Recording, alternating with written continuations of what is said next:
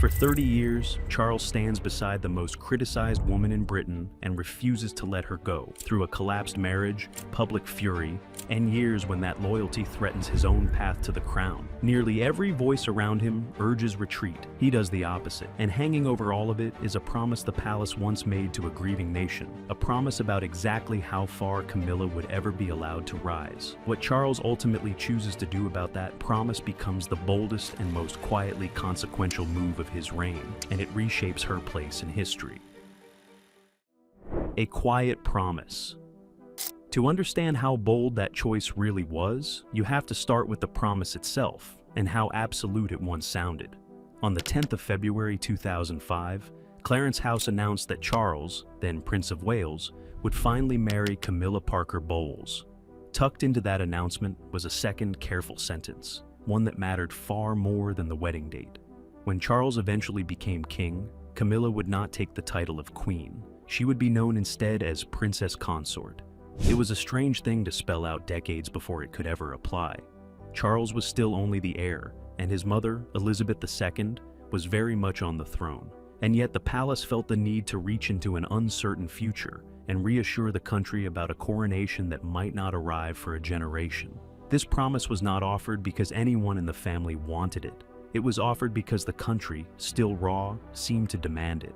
And to understand why, you have to understand what it was still grieving. Never the Queen. The title Princess Consort had a curious quality to it. It sounded official, dignified, almost ancient. It was none of those things. There was no real precedent for it anywhere in British history. Under common law, when a man becomes king, his wife becomes queen automatically. There is no separate application, no lesser rank to step into instead. A king's wife is simply a queen. That is how the machinery has always worked. So the promise made in 2005 was in truth a promise to hold back something that would otherwise arrive entirely on its own. It was a political gesture dressed up as a legal one. The palace quietly telling a wary public that even if the law made Camilla a queen, the family would choose not to call her one. It was reassurance, not law. And reassurance, unlike law, can always be revisited. At the time, almost no one believed it ever would be. To see why, you have to go back to a wound that had not yet healed. The woman Britain rejected. Diana, Princess of Wales, had died in a car crash in Paris in 1997. She was adored in a way that is genuinely hard to describe to anyone who did not live through those years. And in the public story of Diana's marriage, Camilla had been cast as the other woman, the reason a fairy tale had quietly fallen apart. That casting was not entirely fair, and it was not entirely wrong either, and in the end, it hardly mattered which. What mattered was the feeling. For years, Camilla was among the most disliked figures in all of British public life. When she married Charles in 2005, she did not even take the title that was legally hers. By law, she became the Princess of Wales.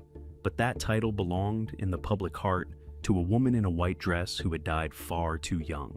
So Camilla set it aside and took a quieter one, Duchess of Cornwall, borrowed from one of Charles's lesser titles. In Scotland, she was the Duchess of Rothesay. Everywhere, she stayed careful. Even the wedding was hedged with caution.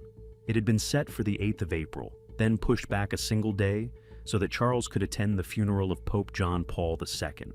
It was a civil ceremony at Windsor Guildhall, followed by a blessing at St. George's Chapel. Elizabeth II did not attend the civil marriage at all. As head of the Church of England, presiding over the remarriage of two divorced people, she stayed away from that part and came only to the blessing afterward. Every choice was a negotiation with a public that had not forgiven. And into all of that hostility, quietly, Camilla began to work. 17 years. Here is the part of the story that almost never gets told because it is slow, and slow stories do not travel well. What Camilla did over the next 17 years was not dramatic. She simply worked, and she let the work speak for her. If you are the kind of person who finds the slow human machinery behind the crown more gripping than the noise that usually surrounds it, this is exactly the kind of story this channel lives for. It costs you nothing to subscribe before we reach the turn, and it means the next piece of hidden history reaches you first. Because what happened next reversed a promise the entire country believed was permanent, and it happened in the last place anyone thought to watch.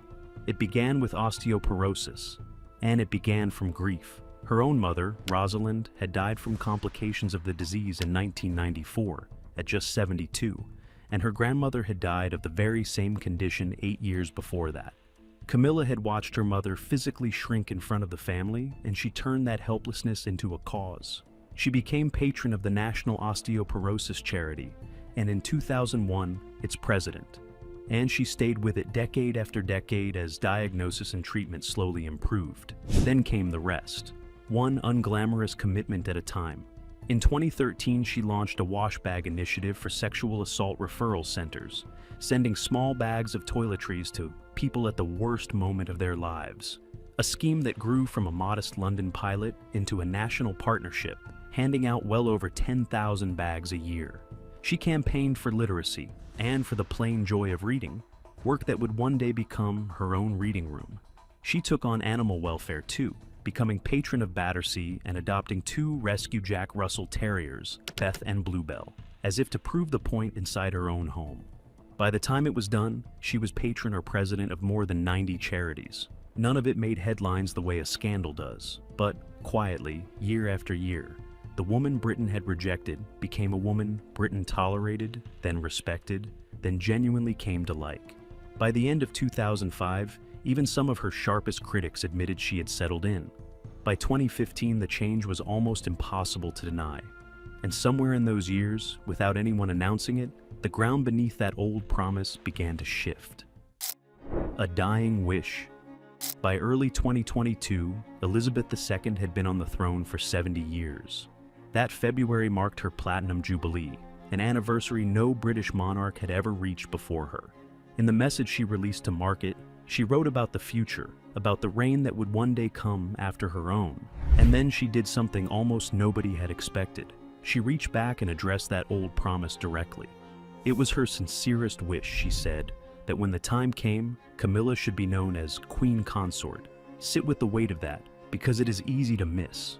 The promise of 2005 had been that Camilla would never be queen. The person now quietly setting it aside was not Charles, not a nervous committee of advisors, and certainly not the tabloids.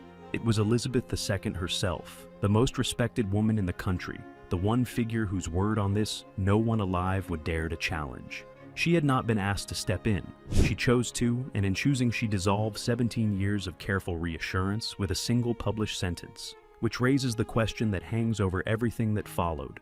The final word. The timing was extraordinary, though almost no one grasped it at the time. Elizabeth II died just 7 months later, on the 8th of September 2022. That Jubilee message became one of the last great acts of her long reign, and quietly, one of the most deliberate. Think about what she had actually done.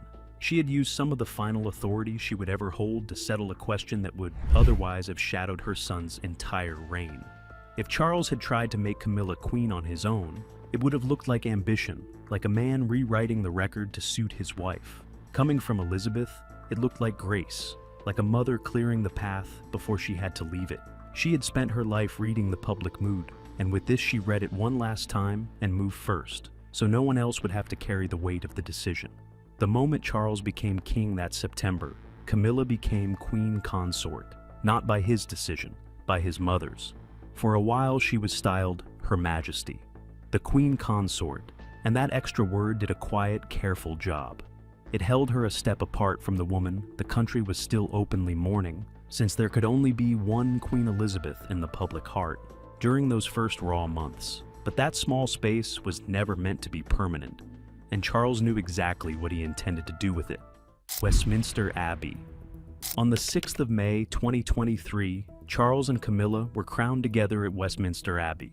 It was the first British coronation in 70 years. Most of the country had never seen one, and in the middle of that ancient ceremony, the woman who had once been promised she would never be queen was crowned exactly that. This was the moment the whole title had been pointing toward, and it was Charles's move to make. His mother had opened the door with a single sentence, but it was Charles who walked Camilla through it in full view of the world, and Charles who let the hedge fall away completely. The word consort was quietly retired. From that day she has been styled simply Her Majesty the Queen, or Queen Camilla, the same form used for every queen consort before her. No qualifier, no softening, no lesser borrowed title to spare a wounded public. The full weight of the word, the one the palace had promised in 2005 to withhold forever, was placed on her without a word of apology. There was no announcement declaring the old promise broken. There did not need to be. The crown itself said it. And that raises a harder question about how any of this was even allowed to happen. When law meets feeling.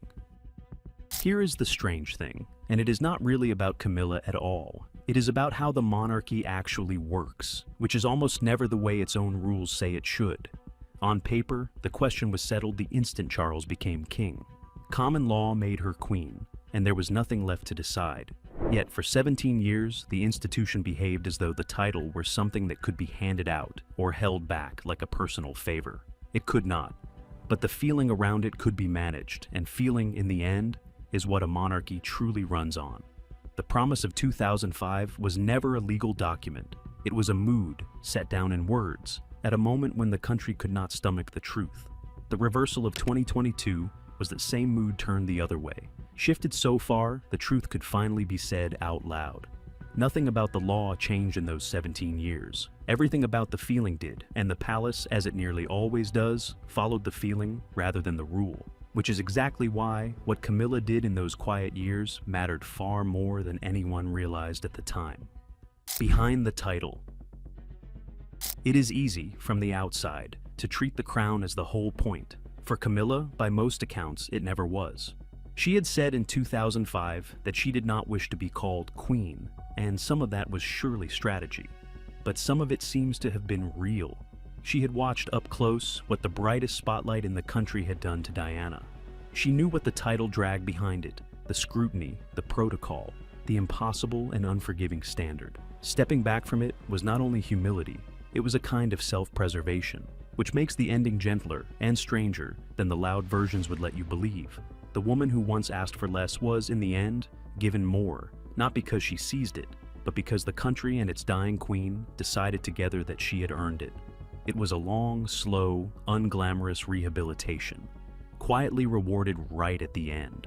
Charles is easy to leave out of this, because for most of it, he is simply standing still, waiting. But that stillness is the whole point. For 30 years, he refused to give up the relationship.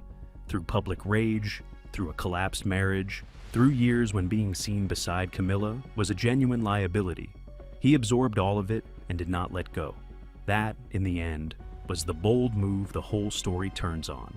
Everything else only became possible because he refused to move first. The reversal unseen.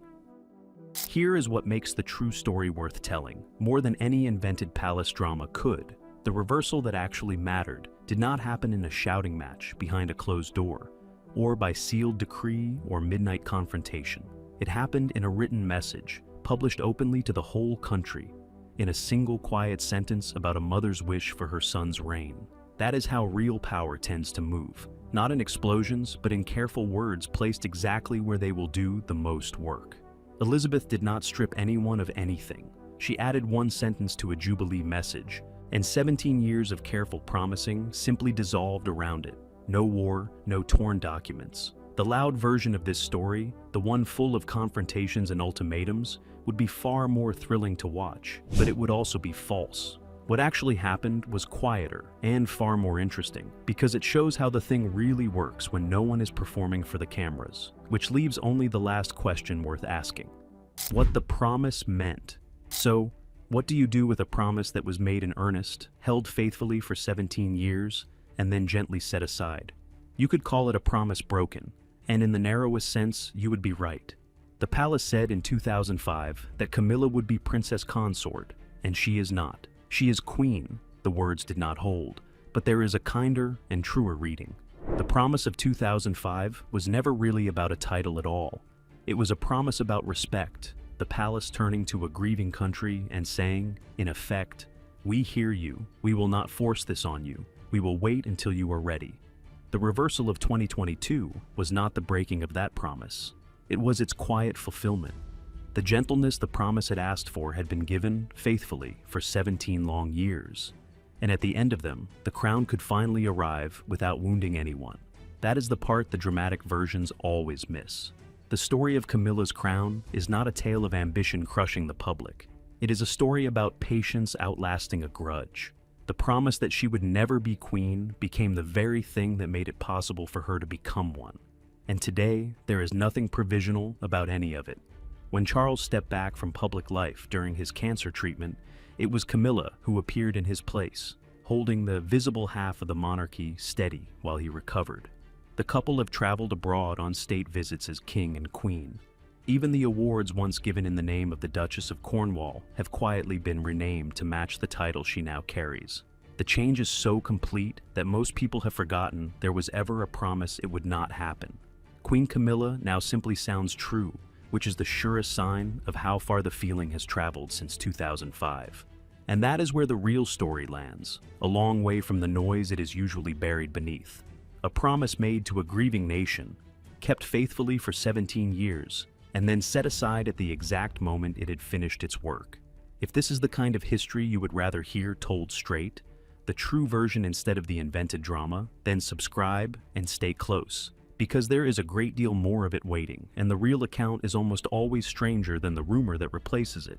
But here is the question worth leaving you with tonight. Was the promise of 2005 a promise that was broken, or a promise that was finally kept?